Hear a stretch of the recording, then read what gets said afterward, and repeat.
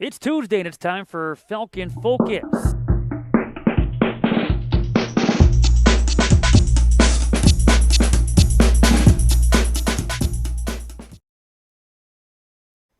Welcome to this week's edition of Falcon Focus. It's episode number 20 here in season number 3, our 8th episode here in semester number 2, and another jam-packed edition. We have not one, not two, but 3 guests. We focus first on acrobatics and tumbling. We'll talk about that in a second, but stay tuned in segment number 2.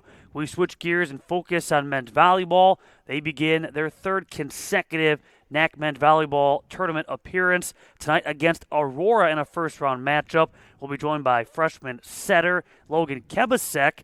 And then in our final segment, segment number 3, we focus on men's lacrosse. We'll be joined by one of their captains and senior midfielder, Kyle Fuller, as men's lacrosse will be at home at Fitting Field today at 4 o'clock against the Edgewood College Eagles. But let's start by talking about acrobatics and tumbling. And kind of join us is sophomore top, that being Peyton Tarmina, and kind of join us as they get ready for their meet coming up against trying to wrap up at least the regular season of the schedule on Sunday. And Peyton, last time you guys were in meet action, it was here on March the 26th. They will knock off Adrian, a very close meet. So what's the team been up to since then in preparation now for Sunday? We've been making a lot of corrections because we want to get on the road to nationals. So that's our main goal for this next meet. We've just been really breaking down everything and making it as perfect as we can. For the most part, as a team, were you guys happy with the way things turned out here against Adrian? We were happy. I mean, we didn't start off very well, but at the end we picked it back up as a team and gave it our all in the end. It was a big day, too. Again, when you look at acrobatics and tumbling, the schedule, only a couple of home meets throughout the course of this season, but a big day because it was senior day, and you had Kara Skevitz along with Nikki Jack. They were honored after the meet. What have those two maybe meant to your growth in this sport these last couple of years? They have both taught me a lot throughout this. They've taught me what drive and discipline is, especially in this sport. They just tell me to never give up, and it's just so cool to see such good leaders with us and the team. When you get the opportunity to compete here inside the John Book Fieldhouse, is there a different, feel, a different energy about competing at home versus on the road? I think we get a lot more nervous here because we know the people here, where we're on the road and it's kind of we just do our own thing and it's just us as a team because not really a lot of people travel with us. Well, then speaking of competing on the road, you guys got the opportunity over spring break to head to Texas, and you had meets against Mary Hardin Baylor along with East Texas Baptist. How much fun was that trip? How much fun did you have in the Lone Star State? I had a blast. I think competing against a really good D3 team was a blast to see what they can do, and it was just overall just a fun week. So when you weren't competing, what were you guys up to in Texas? Oh, we went to the Magnolia Farms. We went to the zoo one day. We just kept busy, and we had to travel to East Texas, so that was quite a drive. What was your favorite part of the trip? I would say the Magnolia Market. I think it's really cool to see all the Nice. different things that was there. Well, as we sit here, you guys are 5 meets into the season, maybe even beyond that, as the Falcons have, again, been taking care of business and just winning. Individually, have you been satisfied with your performances? I have. I've accomplished a lot of individual goals this year, which is pretty exciting. And I feel like just as a whole, I've grown since last year.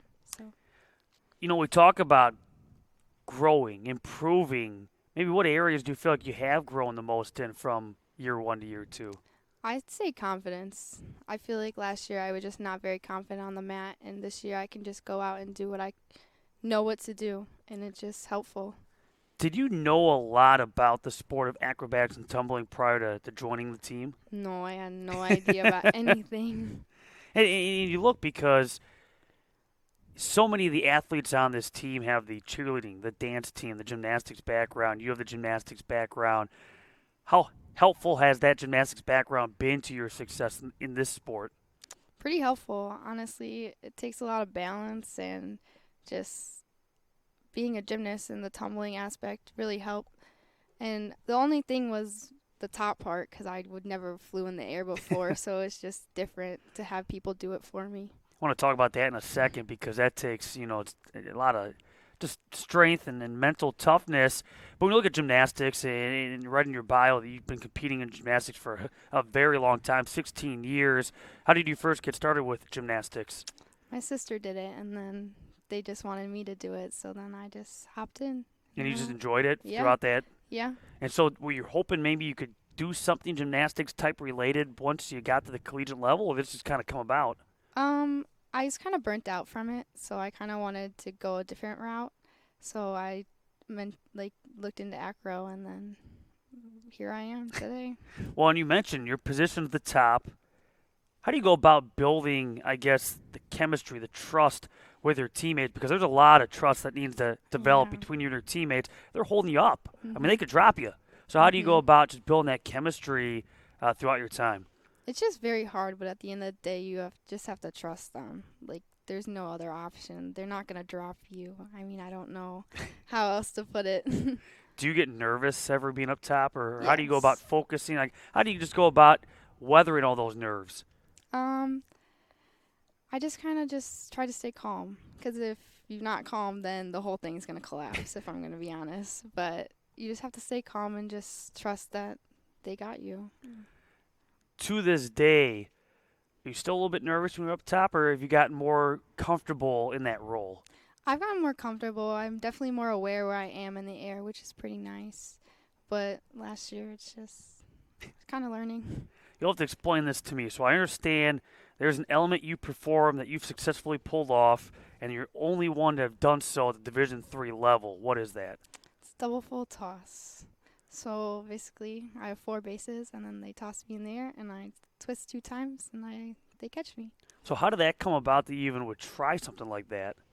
We tried it last year, but it wasn't very successful. We kind of rushed it. But this year, we really took the time to do it because it was one of my goals, and I really wanted to accomplish it. So we really took about it, and we just kind of just kept practicing and practicing, and we did it. So what's it mean to you that you're the only athlete at the Division III level so far that's been able to pull that off? It means a lot. Like, I was just in shock that I did it at Adrian, if I'm being honest. Like, I didn't have words for it because I was just like, wow, because D1 schools do it, not really anybody else does it. So when you accomplished it at Adrian, can you? And I know you said it's hard to put in words, but what kind of overcame, or what emotions overcame, or did you overcome when you landed it? You're like, hey, we pulled this off. Honestly, we just kind of just had to just give it our all. Like, I don't know what else, but we just had to give it our all and trust each other because we know we can do it, but it's just a matter of fact we do it good. So what's your favorite acrobatics and tumbling event, and why? I'd say toss, and I did not like it at first because it was kind of scary to get thrown in the air. But because I did accomplish and made history in D3, I just think it's cool now. Is there an event that, I don't want to say least favorite, but certainly an event that you sit and go, man, I need to get better in this area, or I just would like to avoid altogether? I would say acro event. I'm not really a fan of it. Okay. It's just very scary Sure. because, like, I don't have control. It's really all my bases I have to trust in that, so. Well, as mentioned, the team's going to be back in action on Sunday. Trine will be the opponent, a team you guys have already beaten inside the John Book Fieldhouse back on the 12th of February. I guess how excited, outside of this weekend at Trine, are you to not only get the opportunity to compete once again here in regular season play, but come, a couple of weeks, April 23rd, April 24th, the first ever newly created NCAA Division III event's going to take place from Adrian, so some more opportunities to really show off your stuff. Yeah, I'm very excited. I think as a team we've grown a lot since the beginning of this year, and I just think that if we're all in our game, we can do well and perform well. So it's really exciting going forward. I know the hope too is that the Falcons will get back, especially for Pyramid, maybe another event for the NCATA Nationals in Eugene, Oregon, coming up on the 30th of April. So I guess overall, just looking ahead to Sunday, trying again being the opponent before the team makes their way to Michigan in a couple of weeks for the NCAA Division III invite. What do you hope to accomplish on Sunday, or what maybe is the team's goals for that meet against Trine? So we're really pushing for a duo full toss because right now the highest score is a 905 and we could potentially beat that. So we're pushing for that because that can make it to nationals. We're pushing through our Heat 3 pyramid, which could make it to nationals with all the corrections we've been making. And then my double toss, if it's clean, we could potentially go there with it. All the best on Sunday coming up against Trine, and the rest of the season. We'll be cheering you and the rest of the team on for acrobatics and tumbling. And again, you can follow the Falcons and acrobatics and tumbling this weekend and beyond. Find the links and more at CUWFalcons.com. Peyton, thanks a lot for your time. Appreciate it. And when we come back here on Falcon Focus, our focus will now switch to segment 2, which is men's volleyball. They get ready for their first-round NAC tournament matchup against Aurora. We'll be joined by freshman setter Logan Kebasek here on Falcon Focus.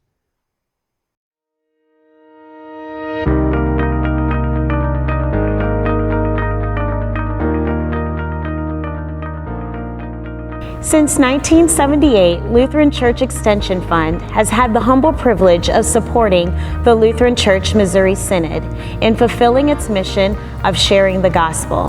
Thanks to our faithful investors, we provided thousands of church workers, congregations, schools, and organizations with the resources they need to reach more people with the saving name of Christ. It's what we do. Because our greatest joy comes from seeing LCMS Ministries and her workers thrive, we will continue to make precious resources available, both today and far into the future. It's our promise to you. We are Lutheran Church Extension Fund. We are Lutheran Church Extension Fund. We are Lutheran Church Extension Fund. We want to be part of your great and exciting work.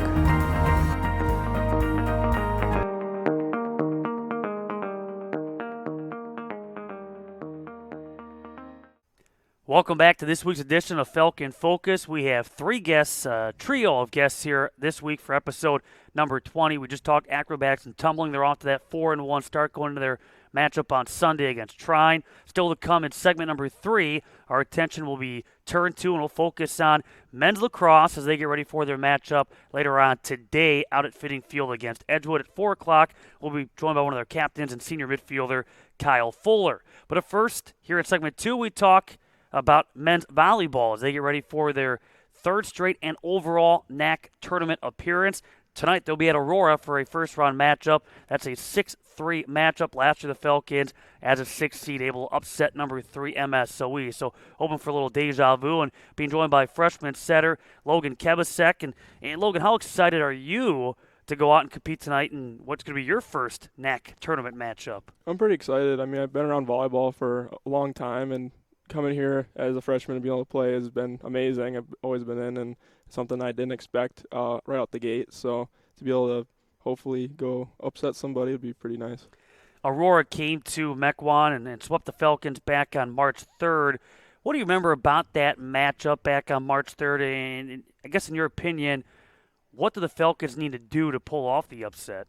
Well, they're a very good blocking team, so we were definitely swinging more at their hands than, we should have been. We're more comfortable usually swinging at hands and being able to get through the block, but that's something that this team is very good with. They're the best blocking team in our conference, so being able to swing around them, being able to use their hands, hopefully high hands, we should be able to do a lot better.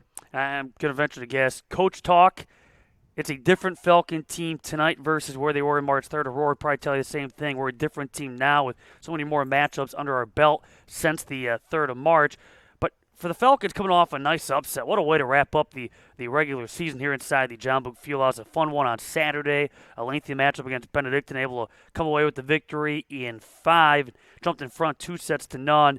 In your opinion, what was the difference in that win over the Eagles? The difference is that we were having fun. I mean, everyone was having fun. It's senior night. We're trying to do it for the seniors, and we weren't thinking too much. I think when we were playing Aurora or like even teams that we came close with, we were just trying to be too perfect. And in this game, we were playing to have fun, and we came out and won.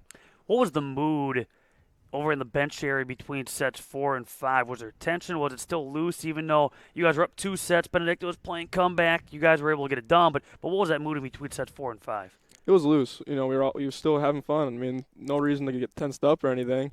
Obviously, we got kind of like killed almost, and I think it was the 3rd. And we didn't want to change anything because in reality, it was just they played better than they did the first two, and we just had to come out the same way we did the first two. Overall, as a win like Saturday, a big confidence booster in the sense, like you said, this Falcon team, you can look at the results, have shown they can compete with anybody. Now, in some cases, when I say compete, they get close, and then the other team comes away with the victory. In this case, you guys got over that hump and took care of business. Is that a big confidence booster? Yeah, it is, because it shows that we can do it. You know, we've been close all these times, and now we know that we really can. It's not just they're playing bad, it's we can do it. Yeah, this Falcon team, again, they've been awfully competitive. They took Dominican to the brink of defeat, a Dominican team that won the conference championship, and now they knock off Benedictine, the number 2 seed in this week's tourney. You're a setter, you know, from that standpoint, how do you decide, and I ask other setters the same question, but just curious your opinion, how do you decide, you know, from pass to pass, what are you looking for? How do you decide where to go with that ball? Well, it really depends on, like, who's blocking. So I know, like, this last weekend, on the outside, we sometimes have the setter in the front row. So obviously he's a smaller guy on their team, so you want to try and use what you can. So if the blocker's small and we have Spencer Herman out there that's huge, you might as well go to him and try and see if they can go over him. Or, like, some people are not as good at blockers, so you're just kind of trying to spread the floor. In your volleyball life, have you always been a setter? I have. So how did you even start in such a role? Did you always enjoy just, you know, being that part of the offense? I'm always like kind of a quieter guy, and like I wasn't really looking to be like the center of attention or like the leader out there. But basically my sisters were all setters at one point in their life, so I kind of just like grew up that way and kind of just was with them doing that. So I kind of learned that pretty quick, and it's just something that you kind of learn. When you change teams, for instance, you go from your high school team now to making the transition to the collegiate game, is there a transitional period? Does it take time getting used to, you know, what you have as far as teammates, getting used to how they want that ball set, where you can go in certain situations? Does it take some getting used to? It does, yeah. There's some, look, like for our team, we have lefties. I don't usually have lefties on my team, and like we have one on the outside, which is quite different.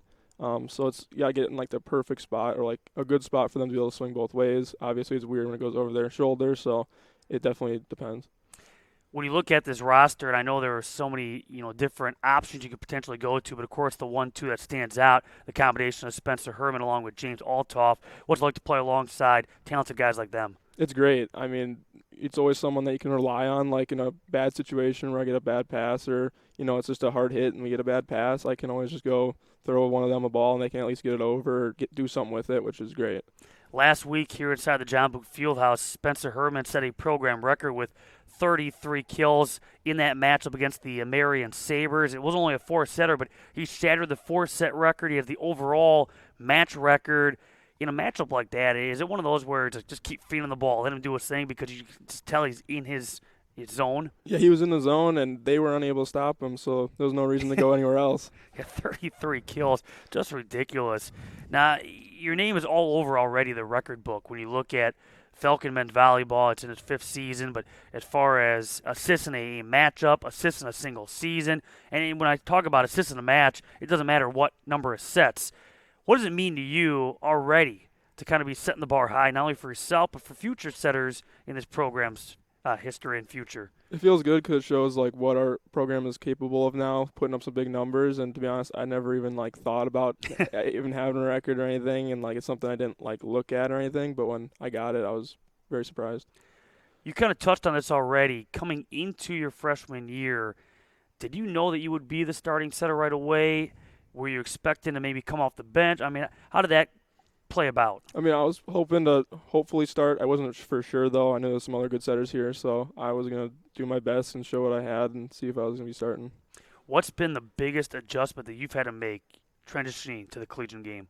The biggest change would definitely be that everybody that you play is a good team. Like in club, there's obviously some teams that just aren't as good, but like everyone here has the ability to beat you at any day, so you have to come out every day. And you look at this conference, it really is a who's who. It seems like annually a number of these teams are either ranked or receiving votes. And we talked about Benedictine. That's a team that was a runner-up for the national championship against Carthage just a year ago. Right now the Falcons have 12 victories, 10 defeats. The 12 wins is a program record.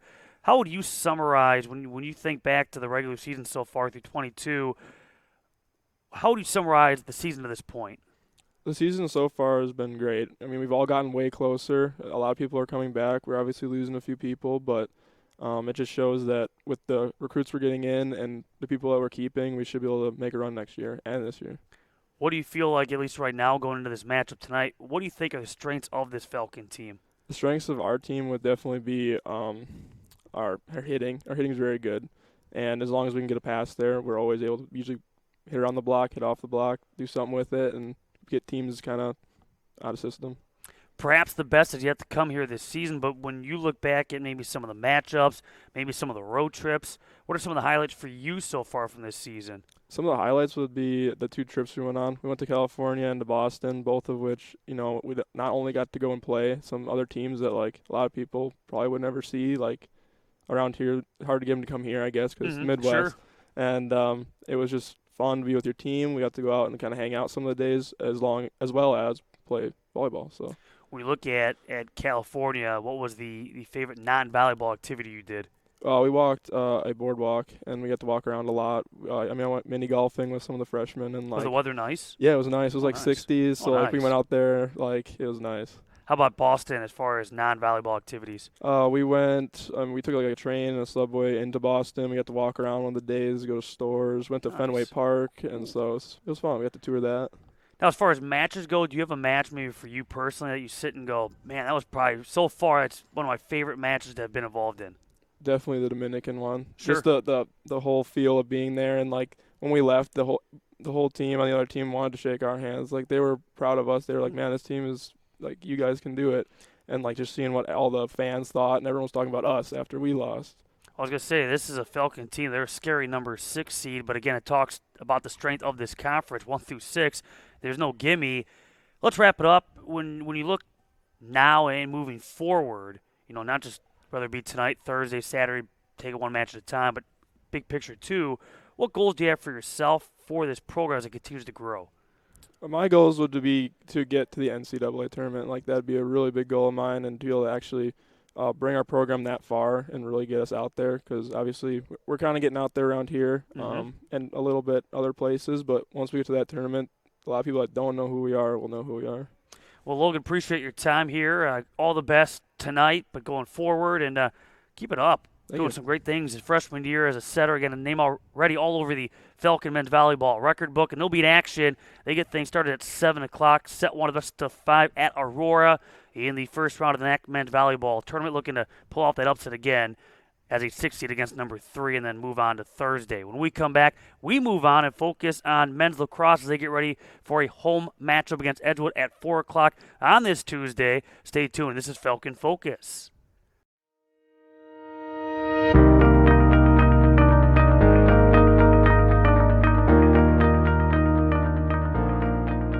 Since 1978, Lutheran Church Extension Fund has had the humble privilege of supporting the Lutheran Church Missouri Synod in fulfilling its mission of sharing the gospel.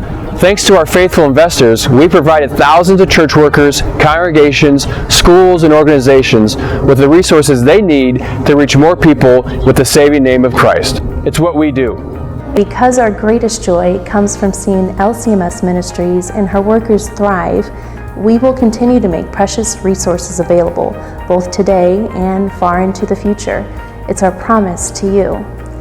We are Lutheran Church Extension Fund. We are Lutheran Church Extension Fund. We are Lutheran Church Extension Fund. We want to be part of your great and exciting work.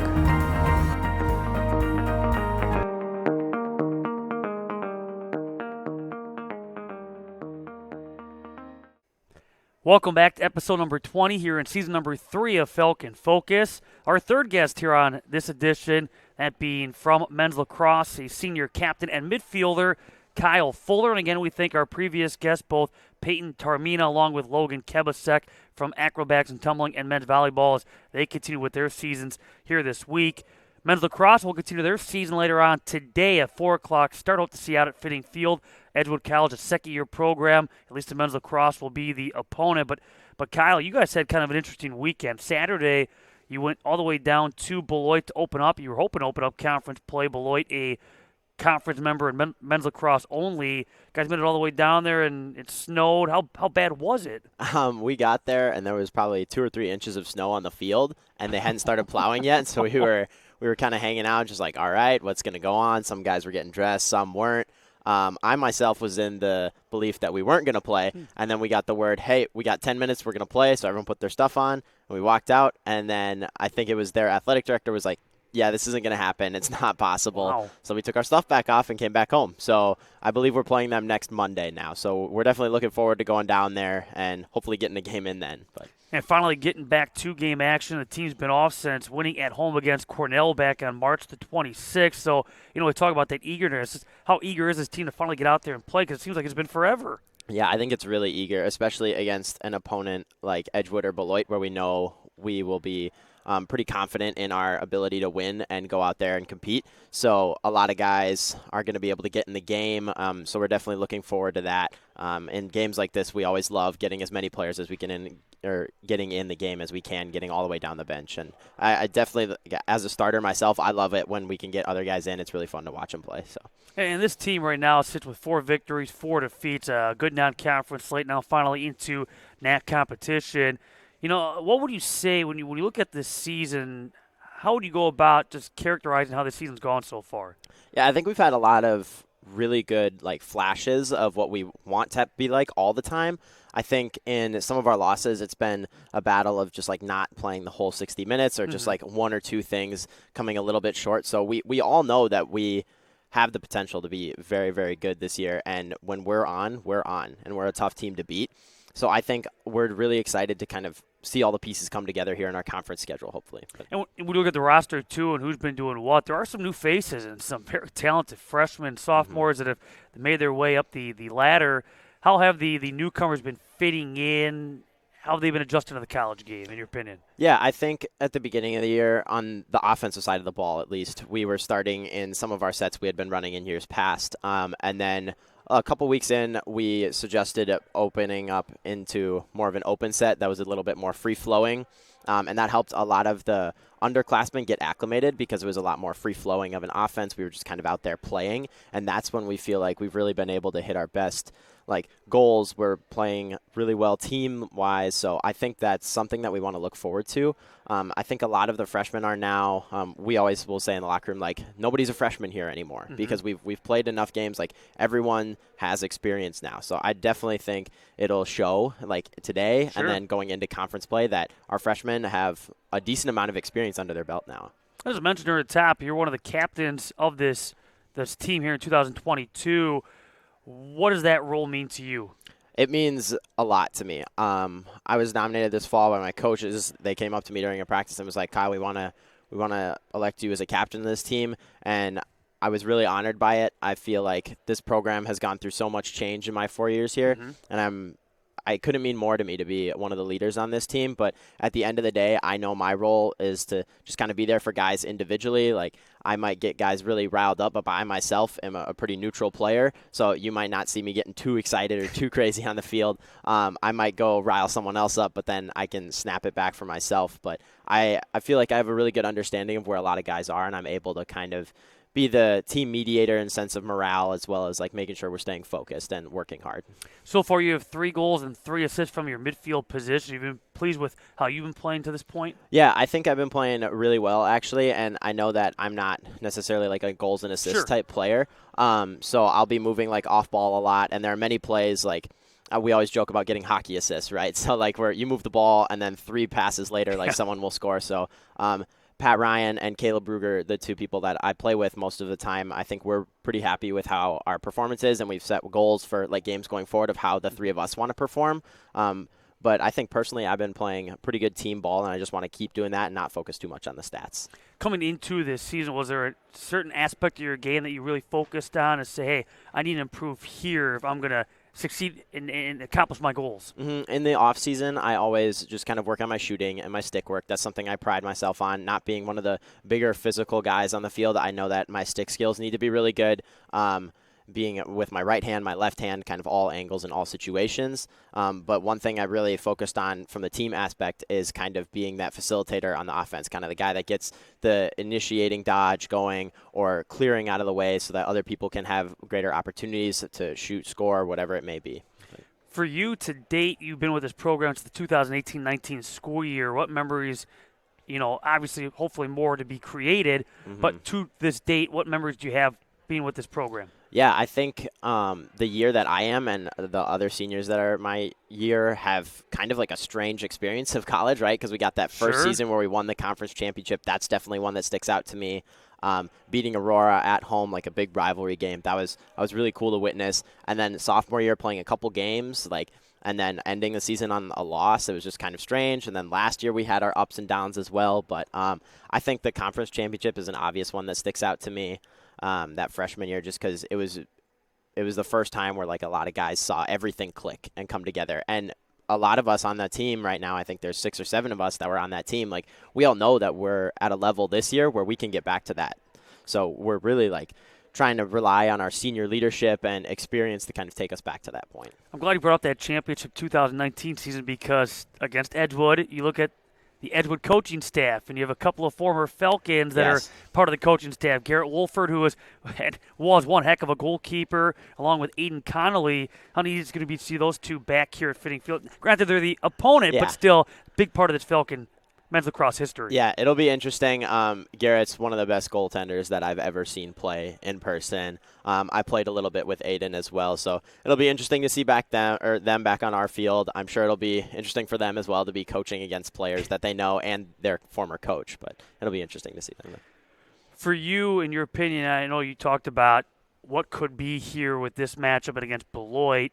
Still got to go out there and play. Edgewood, again, a second-year program. They've made great strides from that of their inaugural season. But what's it going to take for the Falcons? What do you see as being keys? If you guys are to have success and take care of business, what needs to get done? Yeah, so I think the best way for us to take care of business today is to play team ball, get assisted goals. We always talk about that. Like, we know that we have a lot of athletes on our team, and we're one of the more like athletically deep rosters in the conference. So we have a lot of guys that can run past people, shoot, and score. But that's not how we want to win the game. We want to win the game by getting team goals, moving the ball well. And I think that if we do that today against Edgewood, it'll be a great transfer for like this weekend against Benedictine, Beloit, and kind of going forward in our schedule. So that's what we're looking to do today. Getting to know you a little bit better as we wrap up this third segment. When did you start playing lacrosse, and why? I started playing lacrosse probably, I think, 4th grade, 3rd or 4th grade. I'm from Minnesota, so hockey was huge there. And we had the Minnesota Swarm, which was the indoor team at the time. They played where the Minnesota Wild play. And I went down and checked out a game, and I was like, wow, this is really cool. It seems kind of similar. There was like music going the entire time. It was a great atmosphere, right? And hockey was so political in Minnesota that it was like, we have 6 or 7 teams for every age level in my city, in the Twin Cities. So I wanted to just try something new. So I was on one of the first Roseville teams in my hometown of Roseville. So we had, I think, 2 or 3 teams that year, and we were all like, didn't really know what was going on. But it was super fun to see and kind of build that program up. And I actually still coach for Roseville Youth today, so I'm excited to get back to that this summer. Was it one of those where you started playing lacrosse and it was an instant, I love this sport, or did it take some getting used to? Yeah, I realized the first year, like, I wasn't very good. Like, I felt really slow because on the ice I can always skate around and go faster. But I think my first goal I scored because I, like, bounced off my foot and went in. But it was definitely something that I instantly fell in love with. I think there was a huge element of creativity, which has definitely stuck with me to today in my game, where I'm using, like, both hands, kind of doing things wherever on the field that I see best. And I think the creativity aspect of it is really stuck for me, and I think that's why I fell in love with it and made it like my first primary sport. So you played lacrosse starting in 4th grade. Did you play any other sports growing up? Played hockey, like I mentioned. I tried baseball. Wasn't very good at that. I was really good at stealing bases, really bad at hitting the ball. I did some karate when I was really younger. No kidding. So, yeah, so I'm a yellow belt. So, yellow belt. Yeah, which is the second from the bottom. But you got a belt, though. Yeah, you got to start somewhere. Yeah, well, I almost feel like, too, if you're born in Minnesota, you almost have to play hockey. It's almost like a rite of passage, is it not? Yeah, absolutely. A bunch of our Minnesota guys were watching the tournament when we were on spring break down in North Carolina and Georgia. We were That's watching no this. joke. Yeah, it was awesome to see like the 18,000 fans sold out in the stadium. Like it went to overtime or double overtime. I can't remember. So all of the Minnesota guys were watching that. So when did you give up hockey?